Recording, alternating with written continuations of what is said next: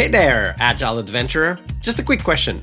What if, for the price of a fancy coffee or half a pizza, you could unlock over 700 hours of the best Agile content on the planet? That's audio, video, e-courses, books, presentations, all that you can think of. But you can also join live calls with world-class practitioners and hang out in a flame war-free and AI slop-clean Slack with the sharpest minds in the game. Oh, and yes, you get direct access to me, Vasco, your Scrum Master Toolbox podcast. No, this is not a drill. It's the Scrum Master Toolbox membership. And it's your unfair advantage in the Agile world. So if you want to know more, go check out scrummastertoolbox.org/membership. That's scrummastertoolbox.org/membership. And check out all the goodies we have for you. Do it now. But if you're not doing it now, let's listen to the podcast.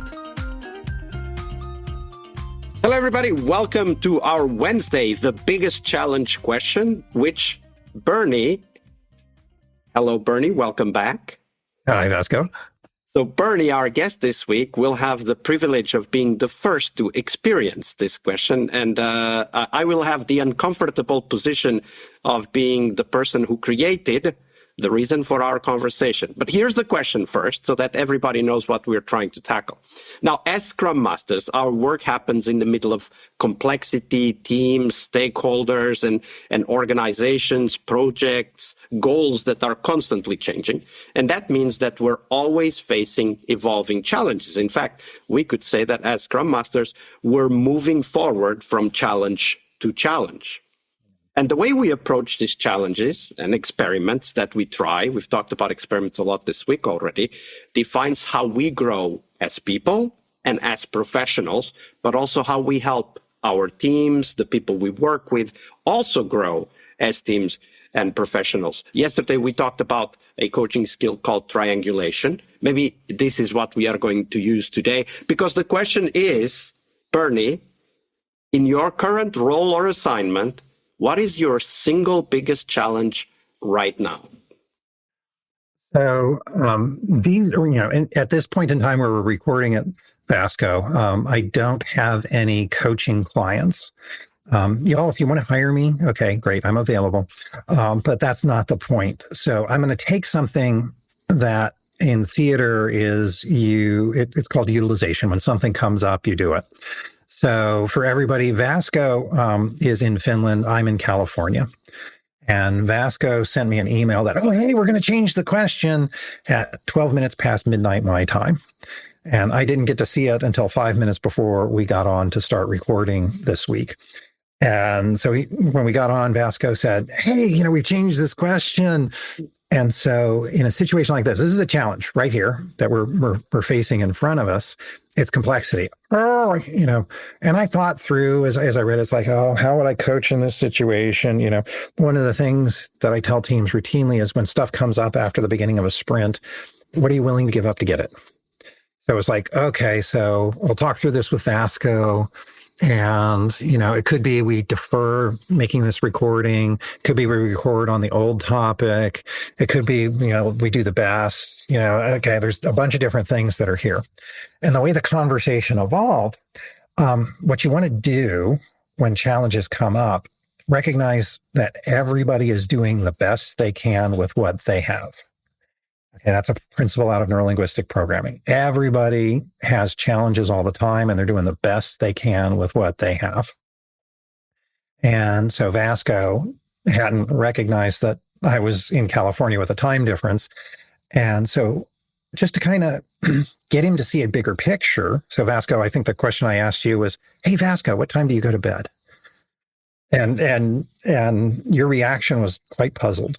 Yeah, I was like, what does that have to do with the question that I have on the script? I'm confused. Right, but I was persistent. I wanted Vasco to see my point of view. If you know about the 3 positions in coaching, so there's first position, which is you're in your own head, observing what's going on. Okay, so you're in your own experience. Second position is you're in your client's head, thinking through what might be going on for them. And third position is you're imagining yourself outside the conversation, like observing the whole system that you're working with. Sometimes what you have to do is get people to see that whole system that they're in, get them out of their own head to kind of see that bigger picture. So I was persistent, wasn't I, Vasco? You were, indeed. I can vouch for that. And I got you to admit what time you went to bed. Okay.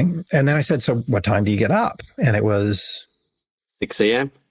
Yeah. And then my question was, and do you read email in between? In between while I'm in bed, which took me a second to recognize that was the question. Yeah. And your answer was? No. Okay. So what I was able to do with that is then say very gently to Vasco, well, you know, your message came in at 12 past midnight, you know, after you would be going to bed. And I picked it up at 5 minutes before we started recording here at 5 minutes of 6 a.m. But just like you, I hadn't read it yet. So it's kind of hitting me cold. And that built a lot of empathy, didn't it, Vasco? No, I at that moment, I understood there's no way you could have seen the email and prepared for it, even if you had seen the email. So, but at that point, and so I was the annoying stakeholder that brought a scope change right after the start of the sprint in this particular case. And the position that I took is, okay, well, there's a fallback plan, right? We keep the old question. But then I took another perspective, which is, but wait, this is actually an important question. Like, what is your single biggest challenge right now? Because we are all facing our single biggest challenge right now at every point in time. And I thought, hey, we can explore. Maybe Bernie has an example from the past that we could explore, because as he said, he didn't have a coaching client at this precise moment. And Bernie made a suggestion, and I was surprised by the suggestion, but I thought it was a great suggestion, which is, well, what if you are the problem? Because I just had a big change in scope after the beginning of the sprint. And that put me in a position of, oh, wait, this is perfect. This is exactly what I want, which is to model for our audience what a coaching conversation can sound and feel like, right? Yeah. Because that's what we need to be doing. That's what we need to be doing with our teams, with our stakeholders, and also helping our teams and our stakeholders learn to practice that conversation as well. So the getting people to see a different point of view, well, first recognizing they're doing the best that they can with what they have, getting them to recognize another point of view than what they have is a key thing when you're facing challenges like this, because now people can see, this is the lean principle. If you want to see the whole, so you want to do global optimization, not local optimization. Now, I've referenced that I study neuro-linguistic programming, and yesterday in Team Tuesday, we talked about books. One book that I didn't mention there, but is another good book to put on your list, y'all. There you go. Give it to us. Is Instant Rapport by Michael Brooks. So it's a very easy to read primer on neuro-linguistic programming. And rapport building is honestly a key skill that Scrum Masters need to have. Understanding how to build rapport themselves to get people to see that bigger picture, and how to help other people, other groups build rapport so that collectively, just like I talked about with triangulation yesterday, it's instead of a problem being between us, it's a problem before us. So now we're looking at the greater system. And that's really a key thing that is kind of universal when challenges come up, is you want to do that. Now, the other thing that when those challenges come up, and we've done great utilization here, I think, Vasco, of taking this situation that we faced here in the past 30 minutes as we started this and used it as an example. The other thing to do is do a retrospective. So once people go, oh, okay, great, then it'd be, okay, if this comes up again, going back to, I think I said it on Monday, make new mistakes. What did we learn from that so that we don't make the same mistakes again? So just do a simple retro. So I've already had time to think about this, Vasco. Have you had any time to think about, like, in a retro, what could we have done better like Okay, recognizing so what we know now? the most obvious thing is I could have sent you the question earlier, but I didn't know I wanted to send you the question earlier. And Yeah. to put my stakeholder perspective, I had been thinking about this question for 5 years, and I didn't put it into the script. And at Well, some then I'm point, honored that you threw it at me for the yeah, first one. and we're handling it right now, like as they would say, live. Although this is recorded, but we're not editing too much of this. But then I realized that wait a minute, the question is so important, and it embodies such an important aspect of what we do in our role as Scrum Masters that we can't wait anymore. And I'm pretty sure that people listening to us actually have been in the receiving end of that kind of stakeholder. We can't wait anymore. Like a stakeholder that comes in with a feature, they've been thinking about it for 5 years.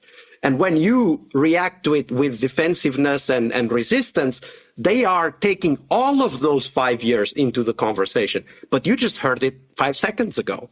You Yeah. have no insight into that. So I didn't tell you that I was thinking about this question for 5 years. So you didn't know. But for me, for my retrospective, coming back to your question, is that I realized that I would rather run the risk of this bombing than not add the question anymore. And of course, I gave you the option to go back to the old question because I realized that, okay, I can't force this on Bernie. That would be unfair and probably counterproductive anyway.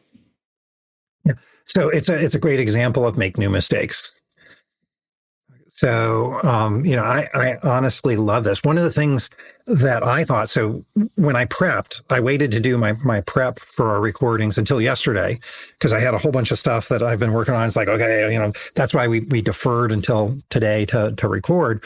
And so I went and I pulled your Dropbox file with the questions and I went through and I took notes. And it's like, okay, great. I got stories that I can talk to. And so when I got your message, it's like, does he have it in that Dropbox file? And I already had one up. It's like, no, it wasn't on the one that I pulled, but I pulled the Dropbox links that you had in the calendar invite. It's like, okay, he stuck it in here. So one of the things I thought today, by the way, as we are recording this is exactly when I stuck it in there. This is the last minute change from stakeholders turned all the way up to 11. Yeah. So, some of the things that I thought of is I could have sent you a message yesterday and said, okay, so I'm about to prep any changes. Now that may have, because of the time difference between us, you may have missed that as well. So, I could have sent it on Friday, recognize the time change. We could have been really much more explicit about the time change because everybody makes assumptions about things. So go back to recognize everybody's doing the best they can with what they have and take it out from being a problem between us to being a problem before us. The problem's over there, not between us. So let's kind of work on that. Now, that's a lot to unpack just from that particular question. And that's really what Scrum Masters are doing is helping people see that bigger picture. I know there's a thought running around in my head, but it has escaped Vasco. Oh, but there's one thing that I would like to add that over our conversation, I mean, of course, we have an advantage here over the average person out there because we are both coaches. We've been doing this for many years. And I myself have been very vocal about this. I've also been in therapy for many years, which has helped me recognize that, there's no problem when things don't work as you expect. You adapt. Right? So I was ready for having a conversation that I knew might have felt uncomfortable, like I bet it did for you, or puzzling and confusing like it did for me. I was ready for that. I wasn't afraid of that. I wasn't thinking that would represent failure. I thought that just represents trying to find a new thing to do. And that could be, go back to the old question, or like we did, to utilize this opportunity to explore it from a coaching perspective, right? We built the rapport. We tried to frame the problem as not you or me, but rather what we are trying to do. I explained the goal and the meaning behind the question, and you graciously accepted, yeah, let's try it out, and even offered a solution that I think was much better than I even could think about, which is, hey, let's use this problem right here and talk through it live. So I want to go back to something I referenced yesterday on Team Tuesday, the book of it's not Make New Mistakes, it's Right Kind of Wrong by Amy Edmondson. And she referenced 3 kinds of mistakes. One of the things that gets people in their emotions when these challenges come up is they think the mistake is basic. They think the challenge is basic, that this is something simple. I should have anticipated. Why is this? And we get very judgmental. But if we recognize this is actually something that's complex. Oh, okay. Neither of us knew this. And if you get, or this is intelligent, let's go utilize this. It starts to soften things up. And that's really what you want to do is you want to take people out of, see, the way that we're wired as human beings, the way that we've been wired for almost 200 years in the Western educational system is for plan and predict. The short version Prussian system came up in the 1830s for teaching soldiers, perfect for the industrial age, for factory workers where people were just a pair of hands. Gave rise to the whole plan and predict mentality, but we're moving much faster now, so we actually need a sense and respond mentality. But a lot of the way that management, leadership, and even teams have been coached is plan and predict. Get it right, get it right. So when a challenge like this comes up, it's like our first reaction is very emotional. I got it wrong. I got it wrong. I got it wrong. And, we get into topics of growth versus fixed mindset. So it's like, oh, isn't that interesting? So for Scrum Masters, again, if you know the 3 coaching positions, there's in your own head, there's in your client's head, and there's third position, looking at the whole situation. Get really good at getting into third position, like being able to go back and see the whole system and then work from that position versus your own emotional reactions to the situation. Sorry, I just went into Advice Wednesday. There you go. That was perfect. Advice Wednesday successfully completed. Thank you very much for sharing all of that and for being so generous and accepting of this experiment, Bernie. Oh, you're welcome. Thanks for the curveball. All right, I hope you liked this episode. But before you hit next episode, here's the deal. This podcast is powered by people like you. The members who wanted more than just inspiration. They wanted real tools and real connection to people who are practicing Agile every day.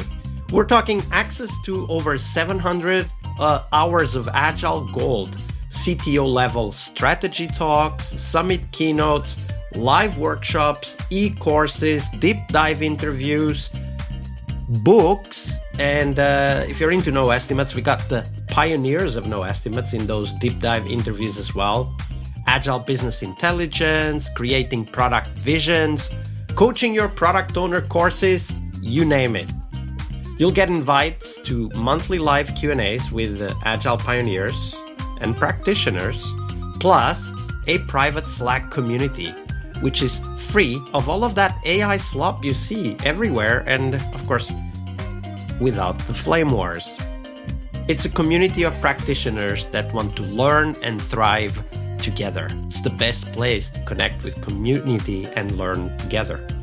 So if this podcast has helped you before, imagine what you will get from this podcast membership. So head on over to scrummastertoolbox.org/membership and join the community that's shaping the future of Agile. And we have so much for you. So check out all the details at scrummastertoolbox.org/membership, because listening is great, it's important, but doing it together, that's next level. I'll see you in the community Slack. We really hope you liked our show. And if you did, why not rate this podcast on Stitcher or iTunes? Share this podcast and let other Scrum Masters know about this valuable resource for their work. Remember that sharing is caring.